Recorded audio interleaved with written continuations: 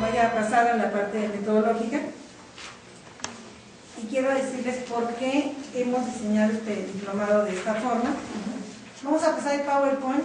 Quiero decirles que ustedes van a tener en el curso de diplomado varias herramientas metodológicas, pero primero tenemos que entender por qué de la metodología. Esta es una metodología que va creciendo, es una metodología que va con muchas experiencias compartiéndolas, con un comité académico que cuenta el diplomado enriqueciéndolo. Vamos a decir que esta metodología que he diseñado es una metodología que tiene un título que se llama Pedagogía Ciudadana.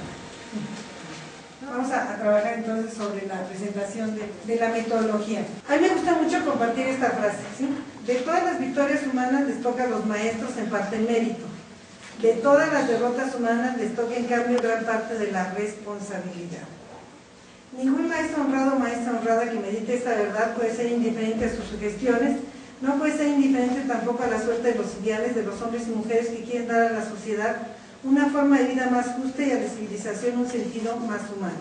Juan Carlos Mariátegui, como ustedes saben, este pensador social peruano, nos plantea esta pregunta. Y yo menciono, utilizando esta frase, digo, de todas las victorias humanas le toca a la universidad en parte el mérito. De todas las derrotas humanas le toca en cambio gran parte de la responsabilidad. Y yo quiero asumir que esa responsabilidad se concreta en nuestro caso pues con la responsabilidad de la enseñanza de los derechos humanos. Me parece muy importante plantearnos las siguientes preguntas, ¿no? ¿Para qué educar? ¿Quién educa? ¿Cómo se educa? Si es posible educar desde el ámbito formal, ¿cuál es el perfil de educador para la democracia? ¿Por qué se vincula esta palabra? ¿Dónde se educa en derechos humanos y democracia? ¿Cómo podemos realizar, por ejemplo, rendición de cuentas, planeación estratégica? ¿Cómo podemos tomarnos lo que debemos de ser y considerar una educación en serio? Bueno, no es el momento, pero vamos a tenerlo, de platicarles cómo surge una propuesta educativa que retoma desde luego una experiencia latinoamericana. Este PowerPoint que yo generalmente estoy revisando permanentemente, siempre integro estas fotografías que están arriba, porque van a marcar como un paradigma para América Latina. Doña Rosario Ibarra de Piedra, a su izquierda, va a ser hoy presidenta de la Comisión de Derechos Humanos del Senado de la República. Sigue demandando que aparezca su hijo. No acepta que quieran darle una indemnización monetaria, que quieran cerrar un caso porque el cadáver de su hijo nunca apareció. Y dice, vivos se los llevaron, vivos queremos que los regresen. Y hoy está esta mujer al frente de la Comisión de Derechos Humanos del Senado de la República. Es decir, escogió el camino de la legalidad para solicitar, pero no se ha quedado callada. Y desde ahí sigue exigiendo respuestas al Estado. Y esta misma persona le preguntaba, en su calidad de presidenta de Luis de la Barrera, no hace mucho, cuando Luis de la Barrera se presentó como candidato a la Comisión Nacional de Derechos Humanos, le dije de la Comisión de Derechos Humanos, como comisionado de Derechos Humanos, cuando usted fue el abogado de su padre, que está acusado de desaparición forzada. Y entre paréntesis, Juan de la Barrera, implicado en la desaparición del hijo de Rosario Ibarra de Piedra. Esta mujer tuvo el temple y la fuerza de preguntarle, y entonces Luis de la Barrera le contestó que defendía a su padre y que lo seguiría defendiendo, y que lo volvería a defender. Y le dijo, porque no se probó su culpa. Y la Rosario le dijo, yo tengo, y usted lo sabe, los testimonios de Nasa Daro que incumplan a su padre en la desaparición de Jesús Ibarra. Muy fuerte, pero muy importante como un ejemplo de que desde una tribuna no se queda callada, de que una tribuna tuvo la temple de retomar su papel como presidenta de una comisión, pero no dejar con toda la fuerza que tuvo sus palabras pasar un acto como ese. No podía ser porque además ella era la madre, ¿no? Para mí es un magnífico ejemplo. El siguiente es un soldado que está en una escuela, ¿sí? Y esto estamos viendo, esto podría ser una sala de Monterrey, una sala de donde quieren, de Juárez. No están metidos, no está la guerra dentro de los salones, pero está en los patios. Y no es una guerra, eso es un conflicto. Y no podemos dejar de verlo, y no podemos dejar de pensar qué puede hacer la educación, sabiendo que la educación no resuelve los problemas de violencia. Al menos no los resuelve estructuralmente. Entonces, yo he hecho una definición que considero todavía muy amplia. Hace poco Abraham Mackenzie la dividí en dos, yo la sigo pegando. La elaboré integrando todas las dimensiones de educación en derechos humanos que proponemos. Y la educación en derechos humanos es una práctica educativa, es decir, una práctica educativa, no hay que olvidar. Se necesita aprendizaje, se necesita todos los elementos del aprendizaje. O sea, no es una práctica que no requiera leer, que no requiera formarse, que no requiera evaluarse, que no requiera materiales didácticos, ¿no? Que desde luego se basa en el reconocimiento de la defensa, promoción y derechos humanos, y que tiene por objeto desarrollar individuos y pueblos. Si no solamente es el enfoque individualista, sino estamos nosotros considerando que los pueblos tienen derechos, ¿no? Sus máximas capacidades como sujetos de derechos, ¿sí? Reconociendo esta capacidad, pero también, y esto es muy importante, que se brindan las herramientas para hacerlo efectivo, ¿no? Durante mucho tiempo, y en todo el transcurso de que se desarrolla la educación en derechos humanos en América Latina, cuando apareció ese nunca jamás de las dictaduras del Cono Sur, la propuesta se convirtió en una propuesta preventiva, pero también decía para que no vuelva a suceder. Entonces, algunas corrientes decían, bueno, que sepan, y todavía hay algunas escuelas que dicen que conozcan sus derechos, que no basta conocerlos, hay que aprender a defendernos. Hay que manejar herramientas, hay que manejar una cultura jurídica básica, pero hay que manejar también estrategias.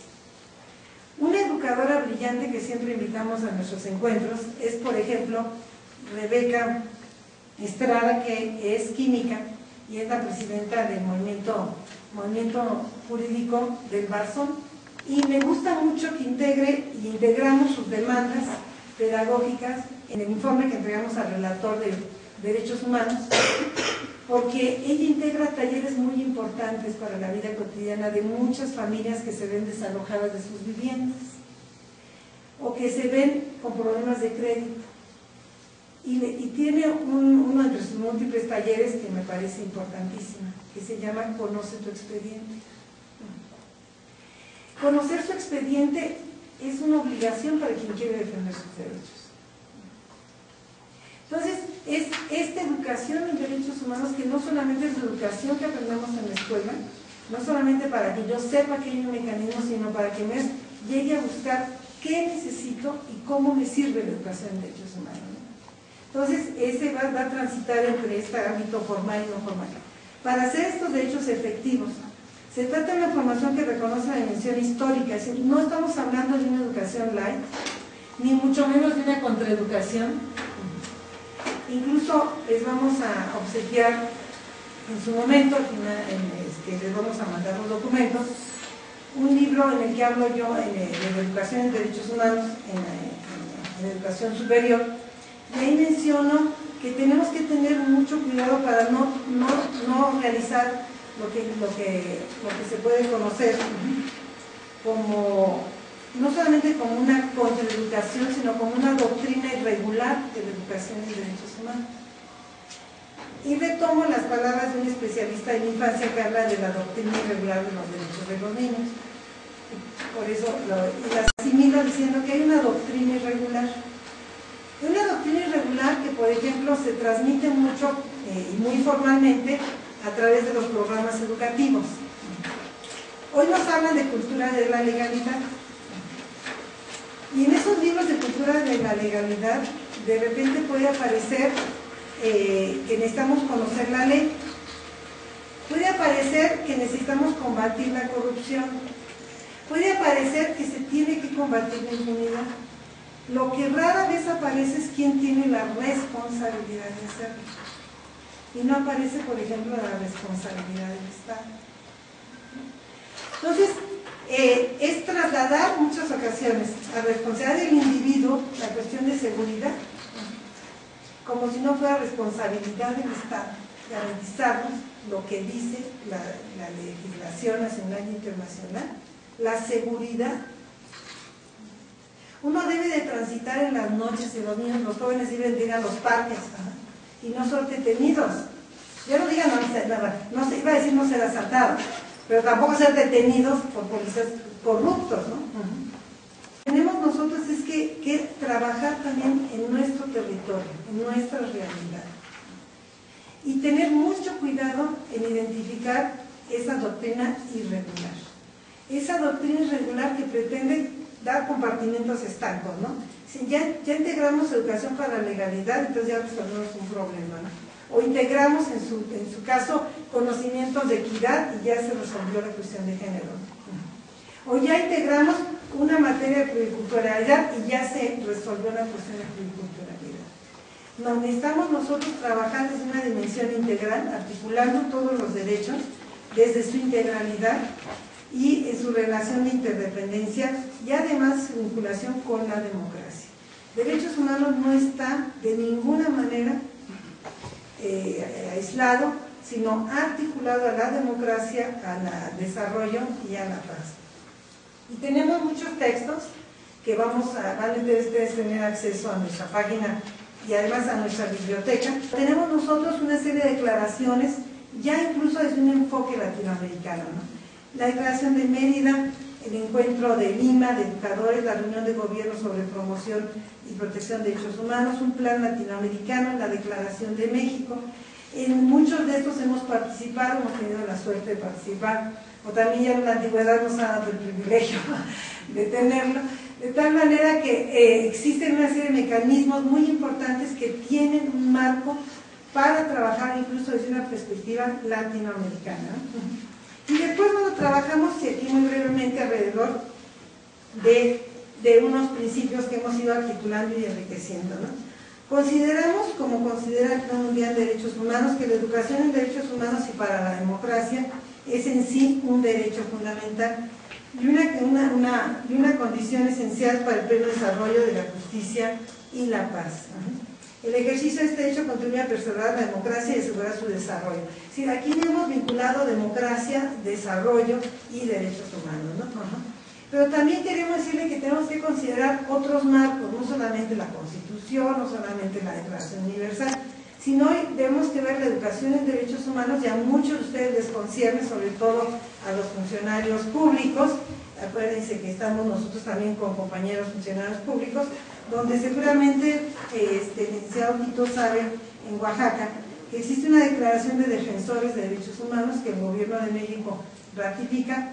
Sí es un mecanismo no convencional, pero que es muy importante porque incumbe, dice, al Estado la responsabilidad de promover y facilitar la enseñanza de los derechos humanos y las libertades fundamentales en todos los niveles de educación y de garantizar que los que lo tienen a su cargo